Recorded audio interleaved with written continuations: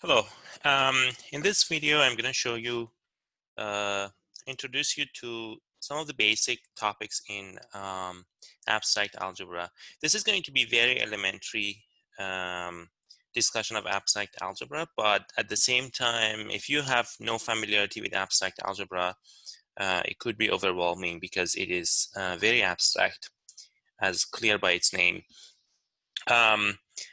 But really don't worry about that. If you don't understand all of the details of the notes that I have posted, don't worry about that. You just have to make sure that you get like a basic understanding of what a group is, what a ring is, what an isomorphism is, and I'll go over those. So a group is a non-empty set that satisfies a certain properties. So there's a binary operation that is the group is closed under that binary operation. It satisfies the associativity. So it's closed, it satisfies the associativity. It has an identity element, much like 0 plus a equals a plus 0 equals a. That's like the identity of addition. And for every element in the group, there is an inverse for that element, much like a plus negative a equals negative a plus a equals 0. So it has inverse. So these are the four properties of a group. So it's closed under the operation, it satisfies associativity, and it has an identity. I already gave you one example. So here are a bunch of other examples. So if you take all of the integers with addition, or all of the real numbers with addition, or all of the non-zero numbers, non-zero real numbers. So this is non-zero real numbers along with multiplication, or all of the non-zero rationals along with multiplication. So the reason that we are doing non-zero is that 0 doesn't have a multiplicative inverse. So 1 over 0 would not make sense. All of those four are going to give you groups. If you take all of the n by n matrices, so this is n by n matrices with addition, that's going to give you another group. If you take Zn, which is integers mod n with addition mod n, they are going to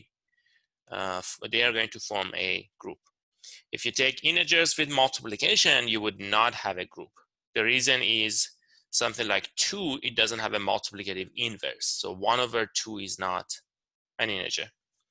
And even real numbers with multiplication are not going to give you a group because of the fact that 0 doesn't have an inverse. So these are some basic examples. Now, if you take a similar concept, but impose two different operations, much like real numbers with addition and multiplication, and impose a simple properties of addition multiplication, we're going to get something called a ring. So what is a ring? A ring is when you take a, you have two operations, you have an addition and a multiplication, and it satisfies these three properties. So R and addition is an abelian group. So it means a group and a plus b equals b plus a. So this property is called abelian. So addition should have all of the properties that we mentioned up there, along with a plus b equals b plus a. Multiplication should be associative. So in other words, a b c equals a b c. And finally, we have the distributive law. So if you take a b c in R, a times b plus c is ab plus ac, and b plus c times a is equal to ba plus ca. So that's called the ring. Some basic definitions. These are the two definitions of a group and a ring. And examples for a ring would be, for example, if you take the set of all real numbers, the example that I gave you, real numbers along with addition and multiplication is a ring. Or you could think about integers with addition and multiplication. That is also a ring. So both of these are rings. Now, if we have two groups or rings, we can define something called an isomorphism. So basically, the idea is we want to understand when these two groups are essentially the same. Yes, they might have different elements, but I want to see whether they have the same kind of operation. So we say they are isomorphic. So we say they are isomorphic if there is a bijection that phi of AB is equal to phi of A times phi of B for every AB in G. And in that case, we say they are isomorphic, and the phi is called an isomorphism. Okay. So given all of that, I wanted to do one example on that. This is a problem from IMC, International Math Competition, which is a annual competition among university students. And I want to solve that. This is problem number 1. So does there exist a field such that its multiplicative group is isomorphic to its additive group? Okay, so first I need to understand what a field is. So a field is if you take a ring where, so it's a ring F where F along with multiplication is an abelian group. Although you have to remove 0 from the, so if you remove 0 along with multiplication, it is going to become a group. Okay, so we will figure out whether the answer is yes or no. Just to be clear, this type of question is in fact typically difficult because we don't know what we need to prove. We are told that is it true, is some statement true or false? So we always have in the back of our mind whether this is true or false. So the first thing is, how do we approach a problem like this? After understanding what the question is and after understanding the terminology, in this case, there was the only terminology that exists here is basically there are two different things that we need to know. One, what is a field? And second, what is an isomorphism? So the way I do these types of problems where the answer is whether there exists something or not is I would start trying to create an example. So let's just start with assuming that I have a field satisfying this condition, and then see if I can build that. So what are the properties that I need about that field? And then I'll search and figure out, okay, how can I build that field? So let's assume I have a field F and its additive group is isomorphic to its multiplicative group. So this is an isomorphism.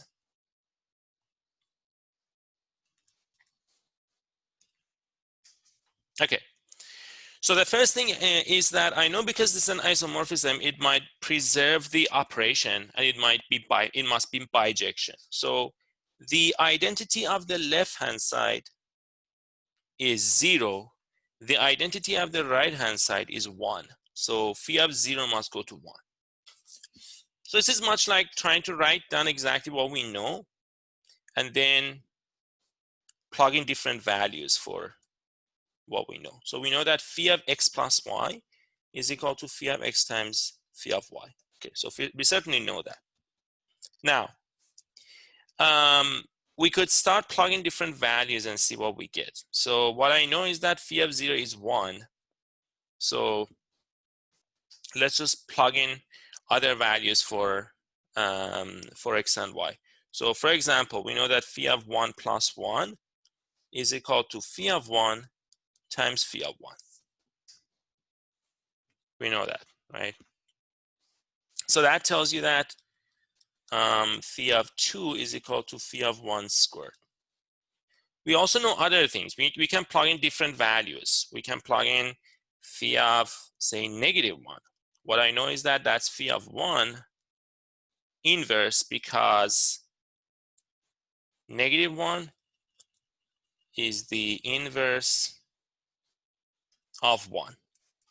So at this point, we may not be clear on how do we actually get the answer to the problem. So we will have to essentially take this, play with that, plug in different values, and then see what we end up with.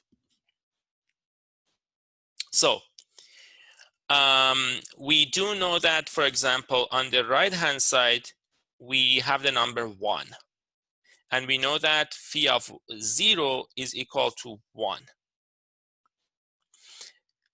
On the left-hand side, there's got to be something, because it is bijective, we can find some x that phi of x is equal to -1. So how would that help?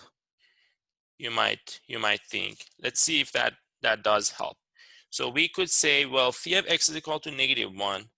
So let's see what happens if I add it to itself. Because if I add it to itself, I get -1 squared, which is nice because that's just 1.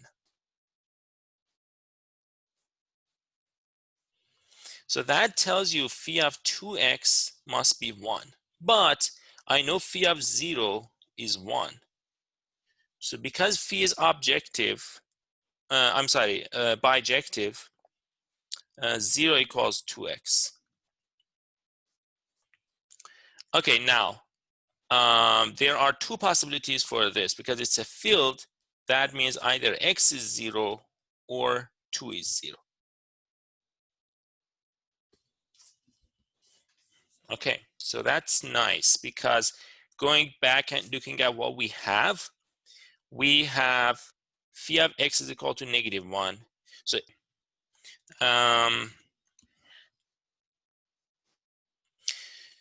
so if x is equal to 0, then what we're going to end up with is phi of 0 equals -1, but we already knew that phi of 0 is 1, which means 1 and -1 are the same, which means 2 is equal to 0. So in both cases, 2 is equal to 0. Okay, but if you take phi of that, phi of 1 plus 1, which is 2, that is 1. We know phi of 0 is 1. That means phi of 1 squared is 1. But that means if you bring it to the same side, you get phi of 1 minus 1, phi of 1 plus 1 equals 0. But minus 1 and -1 are the same. So that means phi of 1 is equal to 1. This is a contradiction.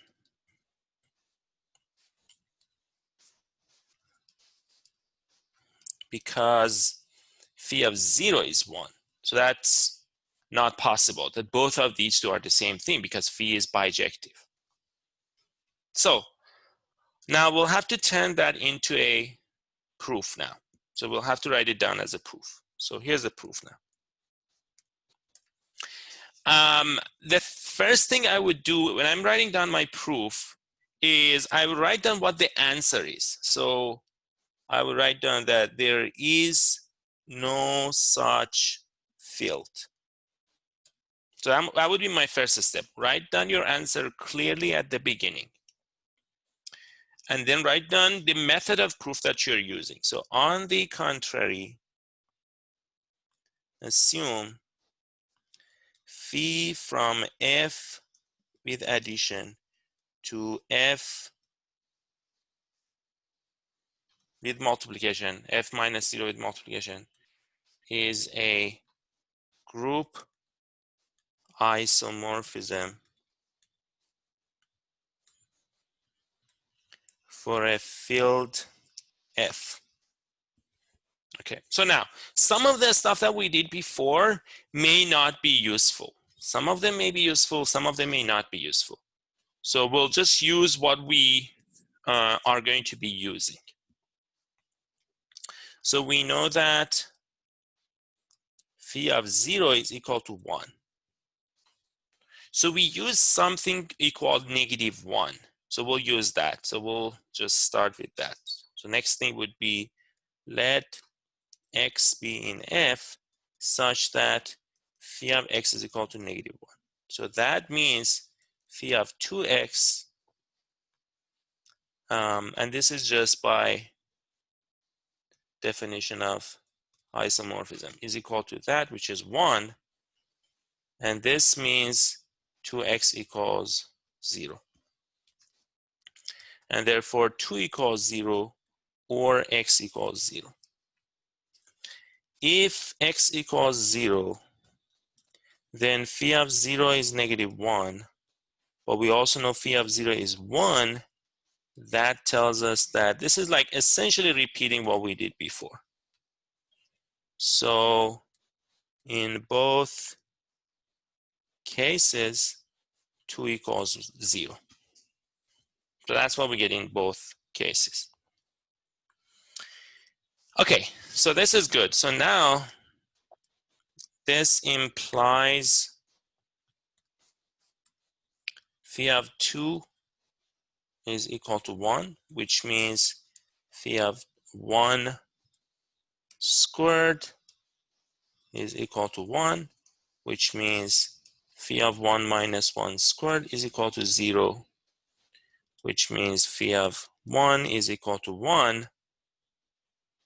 However,